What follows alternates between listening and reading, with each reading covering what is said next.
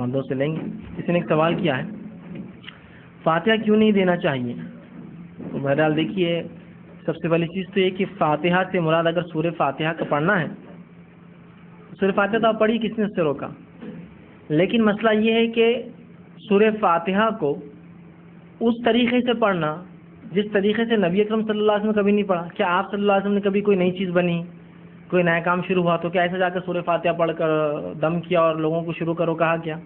نہیں۔ تو یہ سورہ فاتحہ کا من مانا استعمال ہوا نا، تو یہ درست نہیں، سمجھ رہے آپ؟ سورہ فاتحہ کا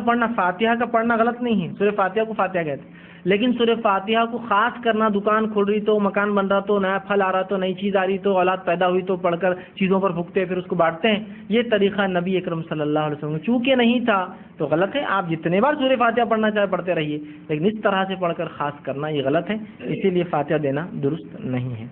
دوسرا انہوں نے کیا دعا میں آپ صلی اللہ علیہ وسلم کا وسیلہ دے سکتے ہیں؟ تو دیکھیے، دعا میں نبی اکرم صلی اللہ علیہ وسلم کا وسیلہ آپ کی وفات کے بعد اب دینا درست نہیں ہے۔ جب آپ حیات تھے تو آپ کے وسیلے سے صحابہ دعا کرتے تھے، لیکن آپ کی وفات کے بعد کسی نے بھی آپ کے وسیلے سے دعا نہیں کی، تو نبی اکرم صلی اللہ علیہ وسلم کے وسیلے سے دعا کرنا آپ کی وفات کے بعد درست نہیں۔ ورنہ لوگ حوالے لاتے ہیں حدیث میں ہے، لیکن وہ زندگی میں تھا، آپ کی وفات کے بعد نہ کسی صحابی، نہ کسی تابعین، نہ کسی امام نے اس کا حکم دیا کہ نبی کے وسیلے سے کیا جائے۔ ہاں، ہم جو کچھ کر سکتے ہیں